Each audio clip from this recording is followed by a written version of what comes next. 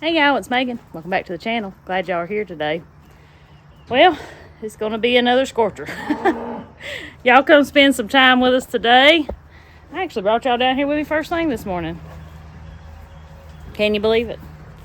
So first thing on the list this morning, I've got out pretty early before it gets too terribly hot, but the cows need to go back to the backside of the pasture. We're still feeding hay, y'all. Still praying for rain. The pastures can only hold up so long without any rain on them, but anyways, they finished the hay. We've put them in here for the most part, and it's time for them to go on back to the backside. It's going to be so hot, I don't want to lock them up in the sacrifice pasture. The woods will be a lot cooler for them to stand in down there. So another change, I won't be milking Candy for a while. She's been, let me show y'all. Yes, she's in here eating in her princess spot, of course. But you can tell that her udder is completely empty. It's been like that the last 2 or 3 days. That's the way it goes with calf sharing, and my experience is one day you're getting lots of milk and all of a sudden the calf decides they're going to drink it all. So we're about perfect timing. That calf is 4 months old. So actually it's old enough to be weaned. We're not going to wean it right now though. Let him grow. He's going to make some good beef one day. Yeah. So as soon as she gets done eating, we're going to head on down to the backside. I got to go dump the water, get all that situated, and open all the gates. That way it's a very smooth process. I'll miss getting the milk, and if I want milk, all I'm going to have to do, I make this sound way easier than it actually is, but all I'm going to have to do is take her calf away from her, or either take her from the calf, one or the other, and if I leave him off for a day, I'll probably get 2 or 3 gallons of milk. So that's an option. Y'all know my good friend has the micro dairy. If she has excess, that's an option. So yeah. My baby, every year she improves better and better and better. She's really turned into a great milk cow. I think she finally realizes after all these years what her job is. But this is her princess spots where she likes to be. Alright, I gotta go fix that water. Also, since it's gonna be so hot, I think we're gonna pull all our cabbage today. Maybe do some other work in the garden. We'll see.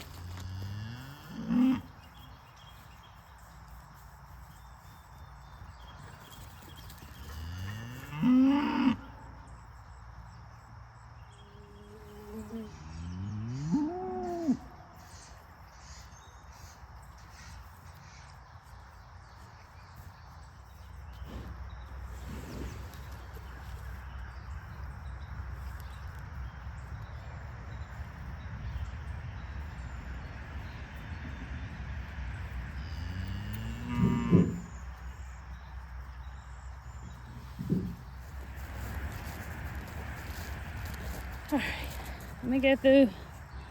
Have some bystanders.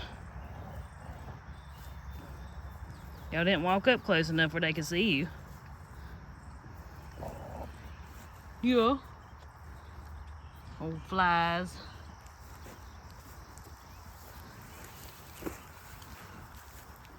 See little fatso right there? That's the one taking all my milk. Ain't ya? Ain't ya, buddy?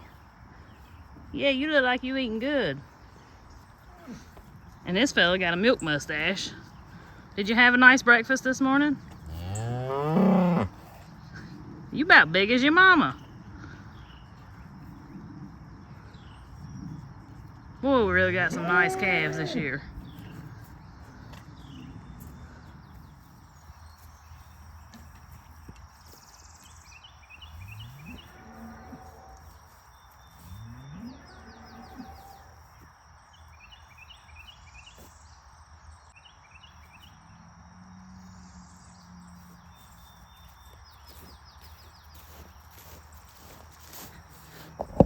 Y'all need some food, don't you? They're still under these trees where we put them. They ain't hurting nothing. They ain't turned it into dirt yet, so we'll leave them there a little while longer. Probably wait on the next rain, hopefully, so we can get this net in and out of the ground. And move them to the next shady spot. Y'all think we about to do something or something? What's all that racket for?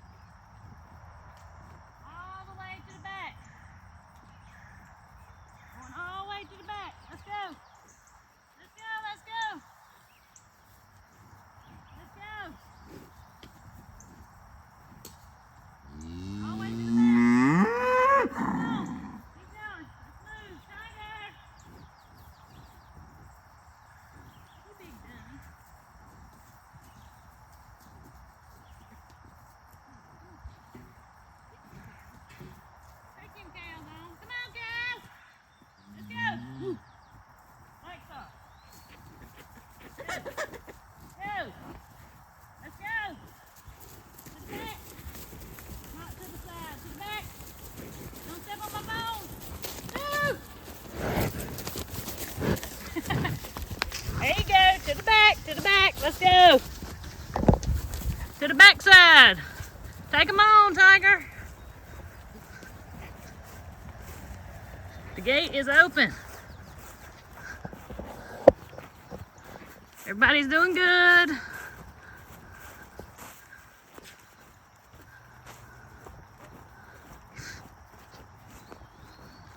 Good job, y'all.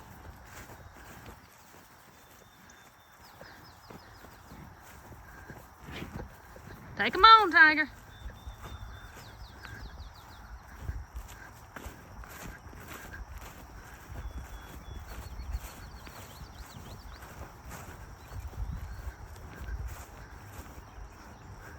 We're not done. Get them cows, Tiger.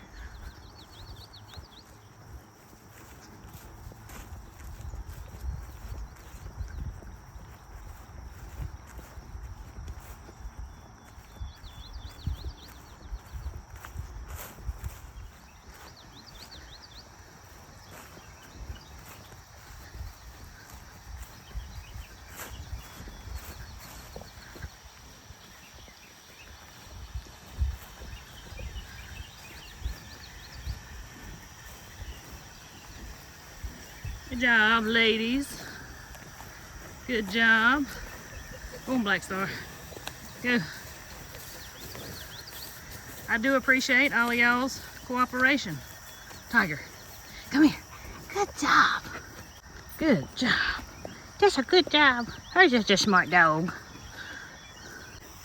And it's just as easy as that. They knew exactly where to go and what I wanted them to do. They know that there is some grass awaiting on them. Y'all can see this grass has come out some, but for as long as they've been off of it, it should be longer than this. You know, I mean, it's not terrible. It's not terrible grass, and it's a little thicker now that Andy went through and mowed the seed heads out of it. But it's not what it should be, but I guess considering the situation, the weather, ain't too bad. It'll last them for a little bit. Come on, you ready? Let's go. Come on. Hot, ain't it, baby? So I had to run up and grab my magnetic camera mount. People ask about this thing a lot. That's what I use when I'm on the tractor or mower or whatever and I'm filming and I've got it mounted to the tractor. That's what I use to hold the camera. But anyways, I left it up here on my tractor where I was working on that land clearing, and coming back through, I come back through Daddy's land and wanted to check on my corn. Well, I wanted to share that with y'all. Look at that. Ain't that pretty?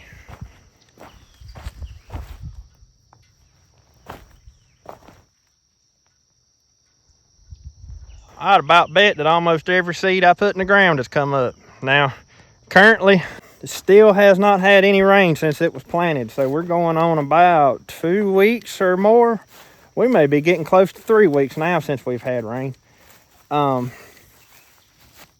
think if this could get a shower of rain, it would just explode. Because it's hot.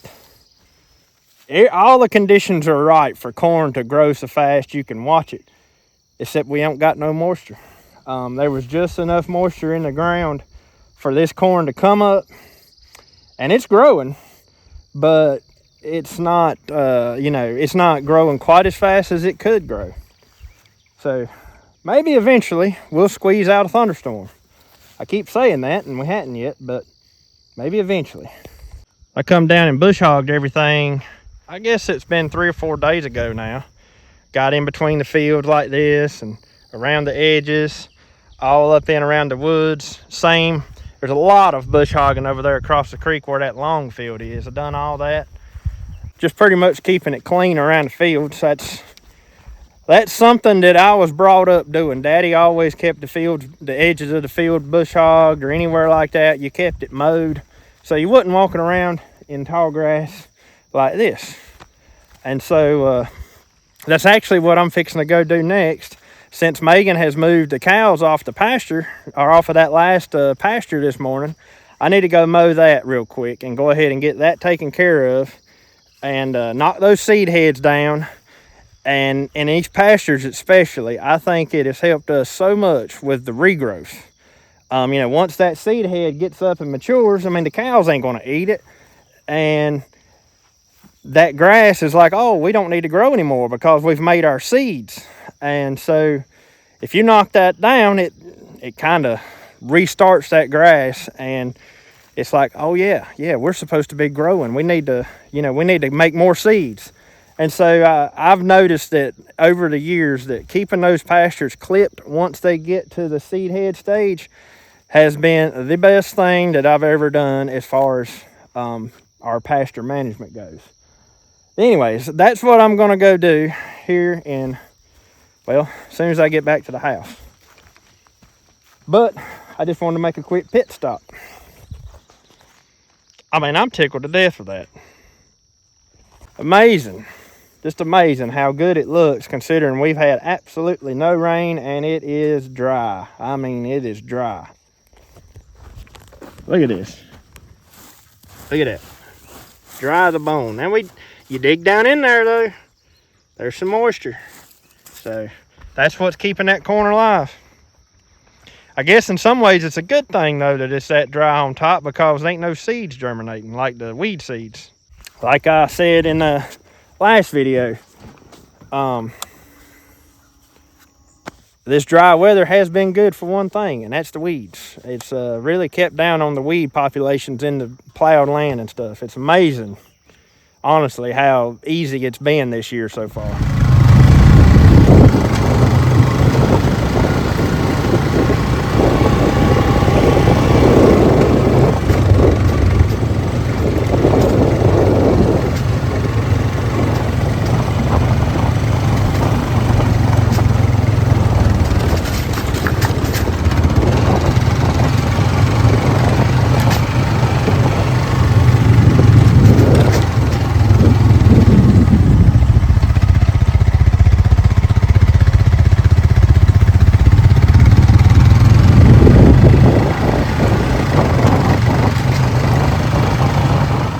My morning stroll, checking the pig fence. Look who's out in the woods. Morning, guys. Good morning. How are the muddy pigglies?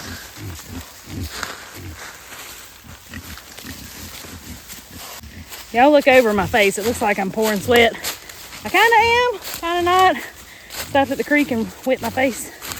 Anyways, every morning I come up through here, try to go around this upper side of this fence, because we've done had a deer run through it once or twice, and they'll do that till they get used to it being there.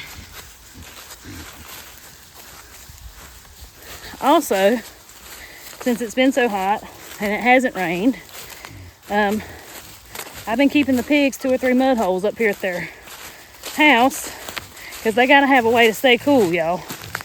They can't, the woods are pretty cool, but they need some kind of mud or water or something to get in.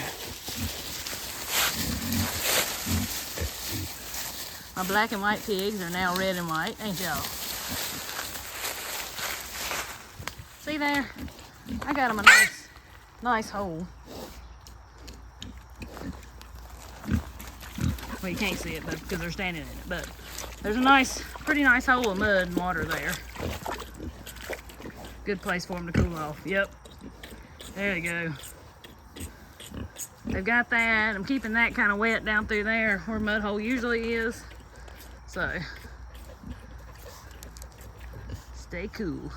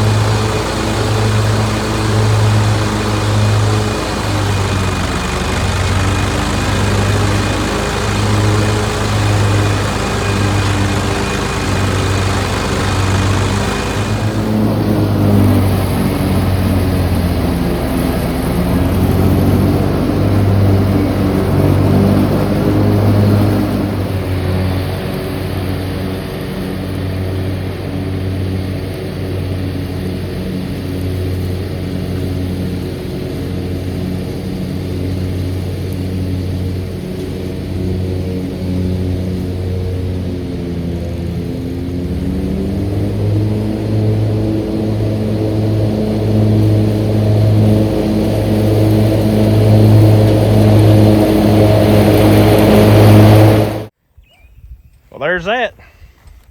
And when you know it, what is it with tires lately? I hear it leaking somewhere or another. I pumped it up right before I started and it's already flat. But I at least do hear the leak. Sure, somebody's like, why'd you do that with a lawnmower? Well, number one, it quicker for me to get on the lawnmower. No more area than we have to cut, and instead of hooking up a bush hog. Number two, I feel like a lawnmower is easier on my pasture. And number three, that particular lawnmower can go really high. So I'm actually cutting right about the same height as I would be with a bush hog. And yeah, anyways, it's just easier to get around and it's quicker and more convenient for me. If I was doing big pastures, I would not use a lawnmower. But one thing I do love about that lawnmower is where we're feeding hay right now, you know, and this particular hay that I'm feeding is the last that I cut last year, and it's got a lot of broom straw in it. And there's a whole lot of hay that they're not eating because it is broom straw. So unfortunately, I guess I'm probably scattering broom straw seeds all over my pasture, but there's not much I can do about that. It's just a situation we're in. But you see how I scattered it out, and that'll allow it to, well, it spreads that hay out and chops it up really fine. I mean, look at this. This is just a pretty mulch all over. It's not thick at all, though. There's the grass underneath. And that turns what leftover hay I have into a really nice mulch layer, and also spreads it out so that the hay laying on top don't smother out the grass underneath. I mean, this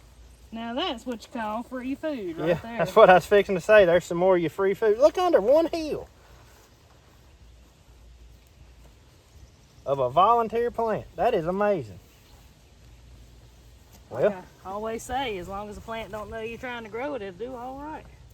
I guess I know what we're gonna have with supper tonight. So the red cabbage heads next? I guess. I hate to see these pretty plants go. But Me too. They're gonna start looking bad though.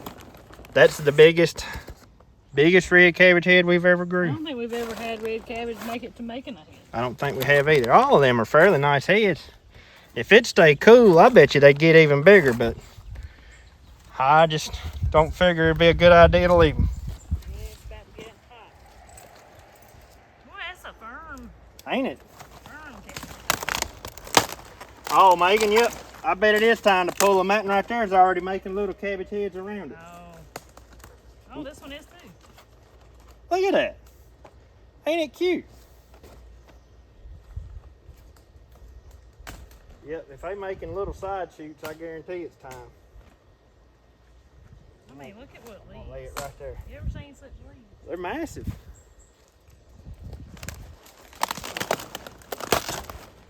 You don't have to cut them out, they break out. Yeah, they're pretty crisp.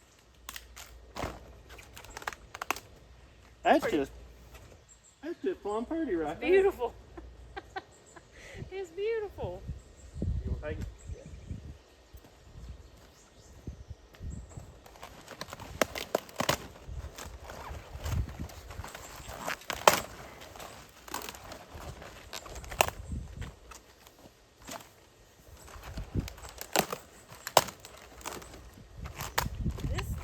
This cabbage seems more crisp than that cabbage. Look at that. Yeah, I feel like it feels crisper. I'll just lay them down there. Keep them cut.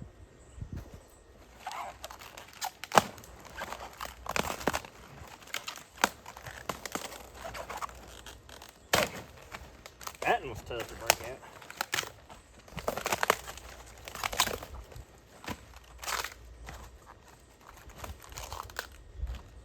That's nice. I know. I may have to cook this on it and something up.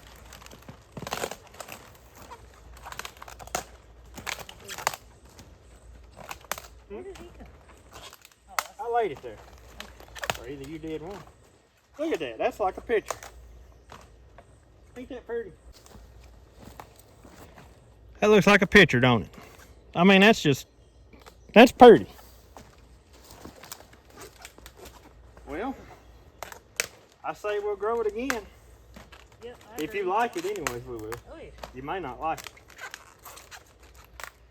Yep, so within the next few days, y'all, these will come out. What's left there will come out. I'm leaving my row of wax beans, of course. So from there to there will stay. And then all this is coming out. And the third planting of sweet corn is going in. And I'm gonna leave my big old giant tall corn stalk too. I think he's pretty. So y'all remember the last time we showed tomatoes, I had several with the brown spotted wilt. Look at this. I have pulled out this whole section right here because every single one of them has died because of that. And so I done some reading, and it said in order to prevent it from continuing to spread, get rid of the plants, do away with them. They said this brown spotted wilt spreads by thrips, which is a insect. And thrips are kind of hard to control. And I know we had some thrips out here because they got on my crowder peas there. You can see that's why the older leaves look like they do. It's from thrip damage. But We always seem to have them on peas. they do. They are always on the peas, but I've never had brown spotted wilt so bad on these tomatoes. It's typical. Like the last several years, we've had maybe one or two plants die from it, and that's it. This year has been bad. Even over in the raised beds, I had one tomato plant die over there from it. So far, that's all I saw over there, though, was one. And then Jacob had one die in his little garden from it. But it says on the internet that it's pretty much untreatable You just get rid of it when you see it. What you got over here to pick? There's ain't but 3, I don't think. Yep. I don't know. Yeah, that one's worth picking. Now see, what's funny to me is these plants look better the whole time, but my biggest heads was over yonder. I noticed that. These plants right here looked a whole lot healthier. The whole time. But yeah, the biggest ones come from over yonder. Yep. I think these look the healthiest though because they's in that compost. Yep. And they wasn't frying in the sun. Yep. Because we had a hot spell right after we planted them. I think it got up 90 degrees right after we planted them. In April. We had a 90-degree day in April. Several 90-degree days in April for some reason. That's that pointy-headed one. Yeah. I don't think that was a stone head. Yeah. I think that was one of them pointed ones. It must have got mixed up. Y'all look at something else here. The pitiful, shabby looking corn is coming on with it. It don't look bad. I want to point out though that so far this has had nothing but 2 doses of the Hoss organic fertilizer on it. I have not put the first bit of chemical fertilizer on it, which, I mean, that over there had chemical fertilizer. And it's what plants survived to look great. And we're going to have some ears of corn before long. However, I think it's pretty cool that I've grown corn so far to this point and it looks that healthy with no chemical fertilizer, only organic. The dirt has a lot to do with it too. This dirt is very rich out here. I honestly think we could grow this garden with no fertilizer at this point. Not over there. That over there ain't there yet. But this right here, we've been working on it a long time. A lot of years and time into that right there. Yep. I do like to fertilize just about everything I plant though, whether it be with organic or chemical, simply because healthy plants, well, they fight off disease, they fight off bugs, they fight off stuff like that. Here with that tape gun and train my little buddy to go up the trailer. That little tape gun's a trick. Do you remember what size to pick them? Little. That right there is about the littlest to pick. Bite-sized pickles. Yeah. Don't pick them no littler than that.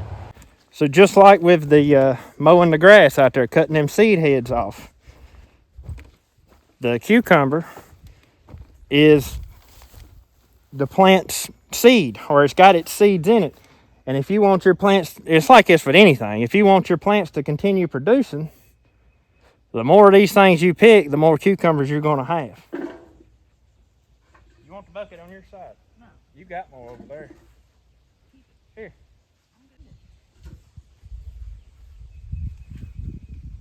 There's a pretty one.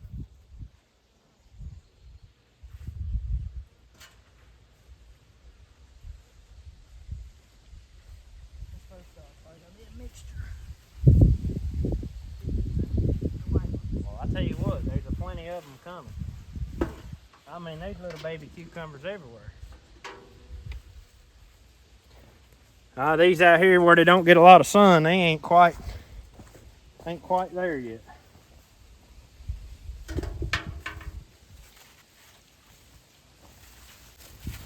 If you're gonna make pickles, I have people ask me all the time, how do you keep them crunchy? How do you keep them crunchy? You got a couple of options. You can put grape leaves in them. I like them that way. Andy and Jacob do not, and they're the pickle people, so I mean, I don't see that it really changes the taste, but it does help keep them crunchy. You can do that. But my number one thing that I have found for crunchy pickles is you pick them, you make the pickles. Like immediately. As soon as, you get done picking them, make sure you're at a point when you pick them that you got time to go ahead and make your pickles. Because the longer they sit, they're wilting right now. Like, I'm being a little dramatic, but the quicker you can get from plant to the pickle jar, that's you're gonna have the best pickles that way. And that's just, I've learned that through the years just from experience. Even letting them sit in the refrigerator overnight, you're not gonna be as satisfied with your pickles as if you just went ahead and done it. And plus, doing them little like this keeps them crunchy too. So that it does. The littler the pickle, the crunchier it'll be, at least what I've seen. Yep. Don't these garden rows look quite a bit better than the last time y'all saw them? There's a little piece of grass that survived. And a pigweed. What are you doing? Checking behind me? Yeah. I missed some? I want you to check behind me too. Oh. The cucumbers are hard to see. That they are. That's the good thing about them white ones. They stand out. Well, I didn't see nothing behind where you picked. You're better at picking than I am. I ain't as good as Grandma though. No, you ain't as good as my grandma. She won't leave nothing. If she'd been in there picking them, she'd been picking them that big. Yeah. It wouldn't have been. Yeah, there wouldn't have been a thing left. She gets them so small you have to eat 3 of them to get 1 bite. So y'all, here's the white ones, the white cucumbers, and for whatever reason, this particular part right here is just rocking. I mean, it has outgrown all of them. These are the next best across here. These are okay, other than the fact that we have just a few random ones that just decide to wilt and die. I have that over there in the other garden too.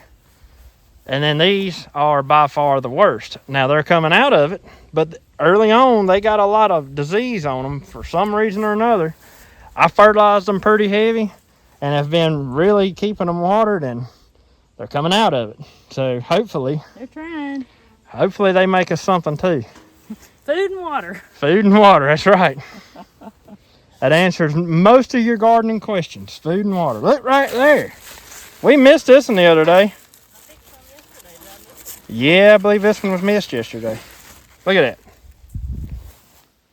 I can eat it. I'll eat it for lunch. There's your white cucumber, y'all. Just like the pickling cucumbers, except they're white. And they're an old-timey cucumber, right? Best of my knowledge, they are. A lot of folks around here planted them white ones. Years ago. Years ago. Make the best dill pickles there ever was. For whatever reason, it might be a mine thing. I don't know. I see another one I think you missed. And I come out here and looked through them yesterday too and didn't see that. Right there he is. That's a good pickling size too, though. Yeah, just depending on what kind of pickle you want. That one is about as big as I'd want to make a whole pickle. Right there. Yeah. That's about as big as I'd want to go. It's pushing it, but that's... They're getting mushy in the middle. Yep. Right in there, just a little bit too small. Are you sure you got enough? Oh, look, right in there. Several. I was going to say, I seen several when I was looking at them this morning. You just really got to look.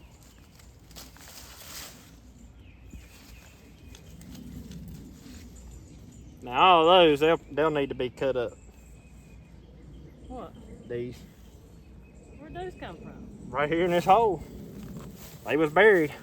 I'm gonna tell you what, if these live, we're about to have an abundance of white ones too, ain't we? Yep, bring it on. I need a good pickle year.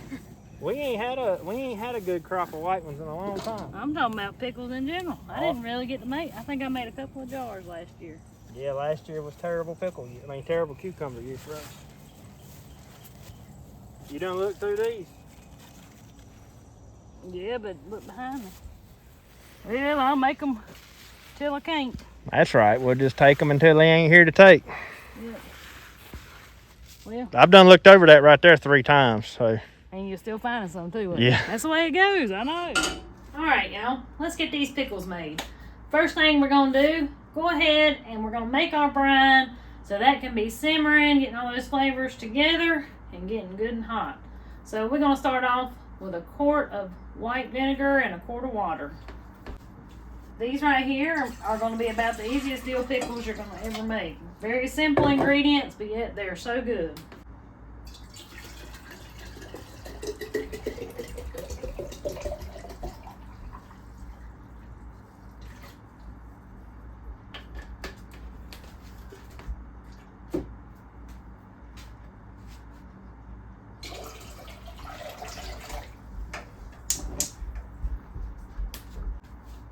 I'm going to add in 3/4 of a cup of sugar and a 1/2 cup of salt. That right there is my Redmond's real salt, just plain salt, or you can use cannon salt. We are going to let that just come up to a nice boil and then bring it down to a simmer. And in the meantime, we're going to be preparing our cucumbers in our jar for our pickles. I don't think I'm going to have quite enough for a quart, so we'll probably do slices or wedges and whole ones in this particular one. But what we're going to do, this is some of my dill weed that we showed y'all out there earlier. Just get you a nice handful of that. There's really no measurement to this. I just put enough. They've got plenty sitting on the bottom of my jar, like that right there. So now I'm gonna peel. If you're using, now I'm gonna peel me a clove of garlic. Now you just kind of play this one by ear. If they're big giant cloves, just use one. But if they're kind of small like that, I like to put a couple in there. And this thing is a garlic peeler that loosens it up. That's real nice. Saves your fingers. Let's start putting our pickles in the jar. So what I do, and this is all personal preference, Andy and the kids don't like the stem on the top of them, so that comes off. And then I always cut where the flower would have been there. I always cut that off, because if there's at least a little bit remnant of that little flower, of that bloom, it's got something in it that will cause your cucumbers to get soggy while they're making pickles. So just to be on the safe side, I always just give both ends a little trim there. This is the way I've made dill pickles for many, many years. And they turn out great 99% of the time. Now, don't get me wrong, the first year that I made pickles, I don't remember if they were dill pickles or what they were, but I made some of Aunt Bee's pickles. If you know, you know, right? Poor Andy, though, he tried to eat them. He tried to eat them that year, and they just were not edible. It was pretty bad. Like I said, I don't remember if they were dill pickles or what they were, but they were something that I tried to make for the first time, and it was terrible. All right, my brine is up to a good boil. This is great. Yep, I really have to remind myself how many little cucumbers it takes to fill up one of my jars. I could have put them in a pint, and it would have been the perfect amount for a pint, but I didn't want to do that. So I did cut up, I think it was 3 or 4, and put there in the top. That ain't gonna hurt nothing. We're just gonna have 2 different style pickles in my jar. So now we're gonna do the same thing that we put on the bottom. We're gonna put on the top. We're gonna put garlic, a couple of cloves here, and this right here is some of our garlic from last year. Some of it kept good and some of it did not. I don't know what the difference was. Most of the time my garlic keeps really good here in the kitchen, but yeah, this past year some of it dried up to nothing and some of it didn't. I don't know why some did and some didn't, but that's just how it felt this time. Anyways, there's one. Speaking of garlic, I went out and I cut my scapes. I don't know, it's probably been a week or so ago now. Got all my scapes cut off my garlic plants, and that'll probably be ready to, we'll probably be getting it up in a couple of weeks, if I had to guess. It looks like it's getting pretty close. Alright, there's that. So I'm going to make sure we got plenty of dill for our dill pickles. There's that. Alright. Now, my pickles is another one of them things. They should be water baths, so keep that in mind. Make sure you're following appropriate recipes, safety guidelines, and such. But this is what I love about doing my dill pickles this way, is like I said this morning, a jar at a time, no problem. The key to this though is this stuff right here needs to be hot, and it is. So now I'm gonna start taking this really hot mixture We're going to pour it right over our cucumbers.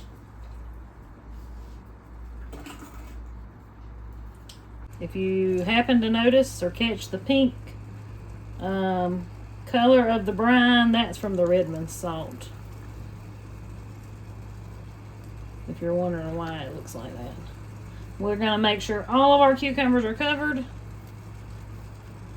Lid and ring.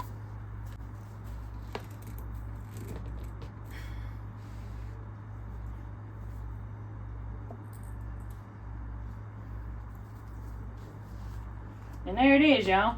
It is just as simple as that. Making some really good dill pickles at home.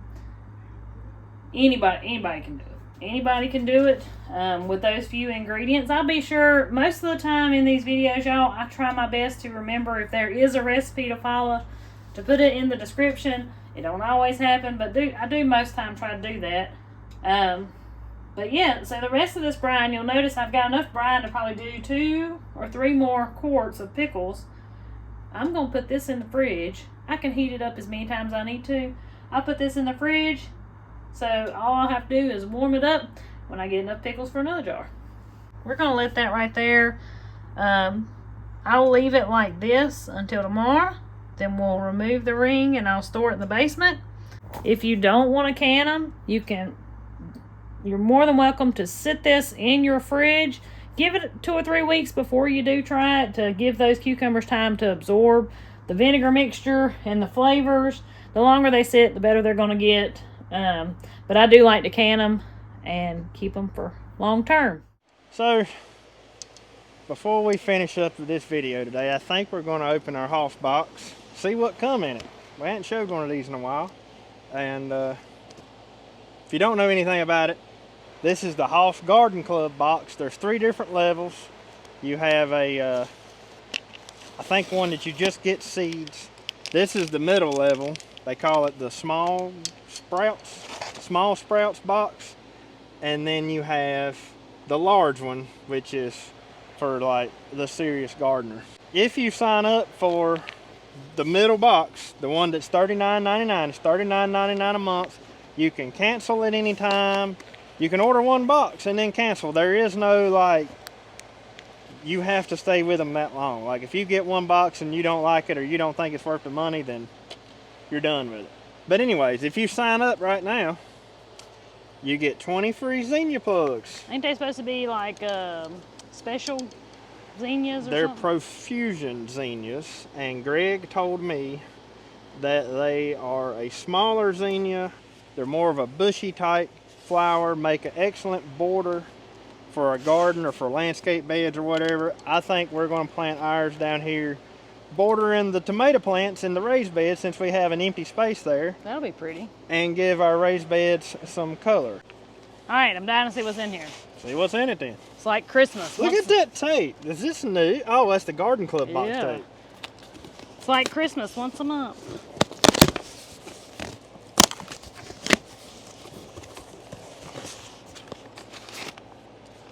There's some potting mix. Black gold seedling mix. Look at there. That's sweet. And That bag alone's worth some money. and the pots, And the pots. Well, they have little catch trays on them. that's some nice little pots. A marker. It says a chalk marker. I guess to write on To your write pots. on the pots. There's a growing herbs made simple. Oh, the labels. I bet there's some seeds in that bag. What are we supposed to start in our pots, Greg? I assume that's what these is what's supposed to go in those pots. Oh gosh, there was a sticker. Chives, a chives seed disc. Oh, So this is that's their herbs. seed disc that fit perfectly into those pots. They're made specially for those pots, and I think you Oh. lay that disc in top of the pot. Thyme, Kind of like seed tape. oregano. There's a bunch of seeds in here. Parsley, cilantro, basil. Goodness. So those go with the pots. If I'm So not you have mistaken, Pot and soil, the labels. You have everything you need to make your own little herb garden. Oh, I see them. Okay. Yeah, Herb seeds are so tiny anyway. Okay, so then it's got the seeds. And this is like seed tape except in disc form. And you lay those in there. Yep. Well, that is cool. Yeah, so I got no personal experience with one of those, but I'm interested in trying. It's gonna blow away. Where did the wind come from? You ever have your oven set on, like, you're cooking biscuits or something, you have it set on 450 degrees and you open it to get your biscuits out and that hits you in the face? That's exactly what this wind feels like. It is. It is hot. Next month's theme will be cover crops. Oh, now that's exciting. That one will get me excited there. Can't wait to see what's in that. But that alone, if I'm not mistaken, on Haas's website, it's not cheap.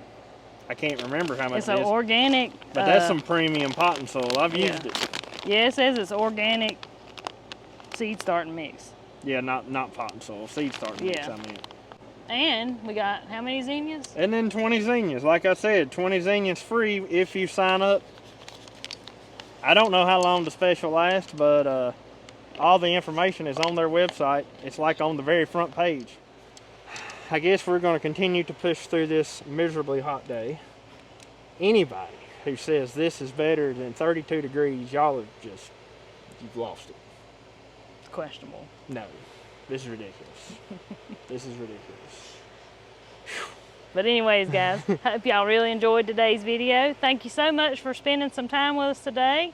Until we see y'all on the next one. Y'all have a good one. Have a good one.